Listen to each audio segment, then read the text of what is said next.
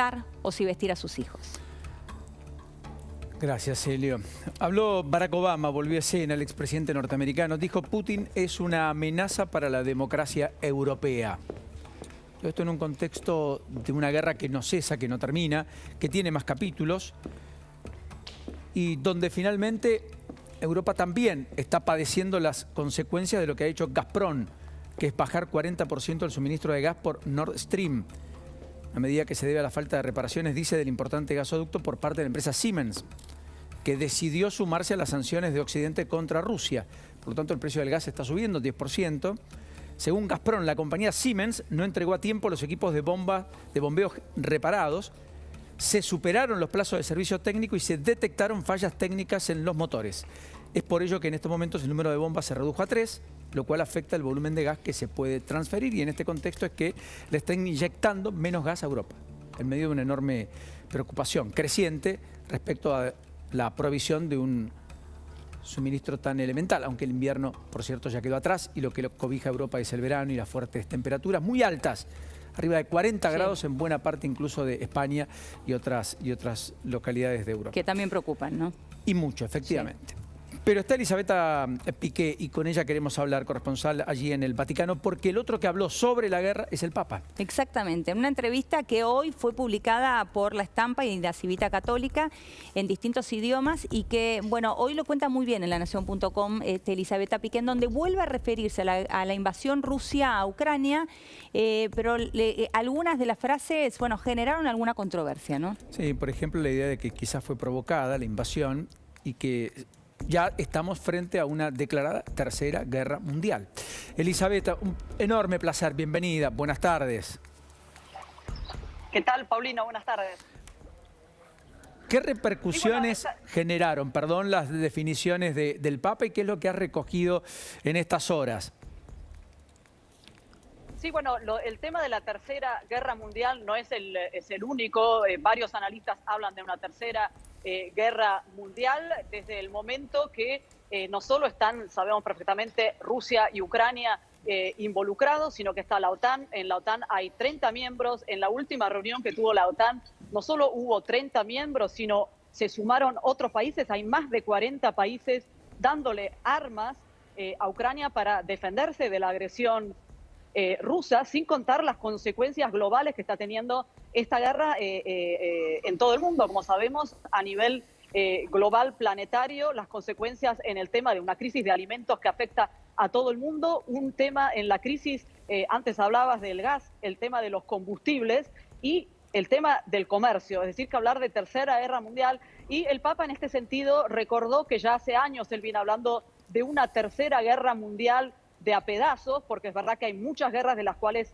no se hablan. Sí es verdad que también como había él dicho en una entrevista que había salido a principios de mayo en el Corriere della Sera, en la cual él había dicho que uno de los, digamos, desencadenantes de esta guerra fue ese ladrar de la OTAN en las fronteras con Rusia. Esto ya había tenido repercusiones. Esto volvió a decirlo hoy, diciendo quizás esta fue una guerra de algún modo provocada o por lo menos no evitada, pero también el Papa dijo, porque sabemos bien, hoy se han cumplido 111 días de guerra. El Papa nunca ha mencionado con todas las letras a Vladimir Putin. Esto ha hecho que hubiera ciertos, sobre todo en Ucrania, que se lo acusara de ser filorruso. Y en esta entrevista el Papa dice: sería demasiado simplificar y erróneo decir que estoy en favor de Putin. Él lo que dice es que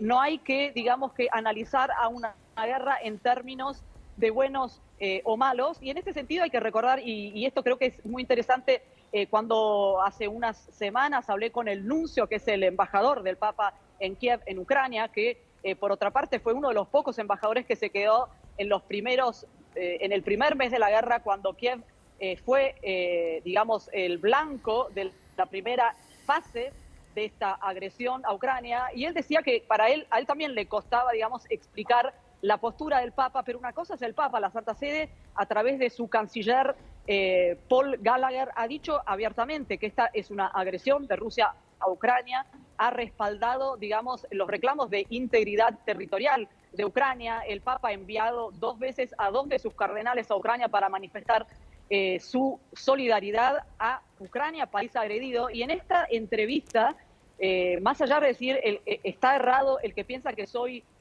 filo Putin o pro Putin, el Papa habla de la ferocidad y brutalidad de las tropas rusas y exalta ese heroísmo del pueblo ucraniano que está resistiendo, lo sabemos muy bien, desde hace más de 110 días. Beta, en esto que vos bien contás, esto que el Papa dijo de, bueno, no hay buenos y malos, él utiliza la figura de Caperucita Roja y el lobo.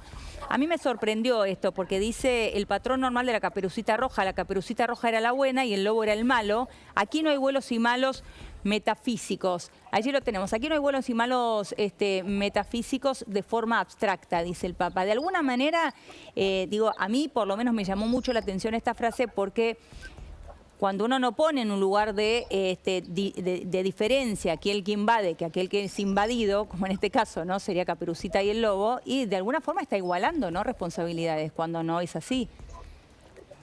Sí, esto tiene que ver con lo que decía antes que me había explicado el nuncio. Una cosa es que la Santa Sede, y lo ha dicho claramente, sí, haya dicho claramente, acá el agresor es Rusia y el agredido es Ucrania, pero esto hablando de la tradicional, digamos, diplomacia vaticana que intenta mediar, y hay que decir también que en estos 111 días si hay alguien que levantó la voz para pedir un cese del fuego y para pedir por la paz, ha sido el Papa, y justamente para no, digamos, esta prudencia de no dañar esos canales de diálogo que siempre tienen que estar o tratar de mantenerse abiertos para que justamente el Papa o el Vaticano puedan ayudar a una mediación y a un cese del fuego. Vamos a recordar que el presidente Volodymyr Zelensky desde el primer momento pidió al Papa que mediara en el conflicto, pero sabemos muy bien también que en una mediación hacen falta que tienen que ser las dos partes las que piden una mediación.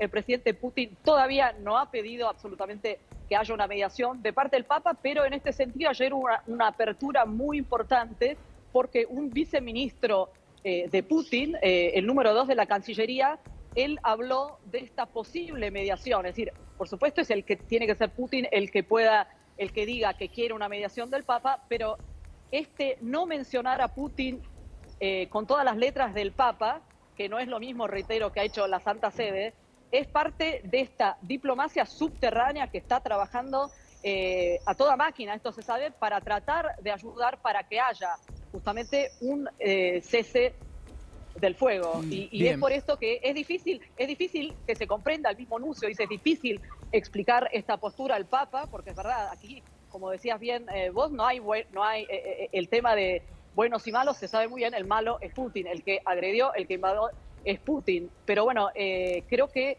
tenemos que interpretar estas palabras del Papa, difíciles de interpretar, con esto de mantener el canal abierto. Esto me lo explicaba el nuncio, de que él es el pastor de la familia universal, y dejar abierto el canal para que Putin, digamos, acceda a que él pueda tener parte en una mediación.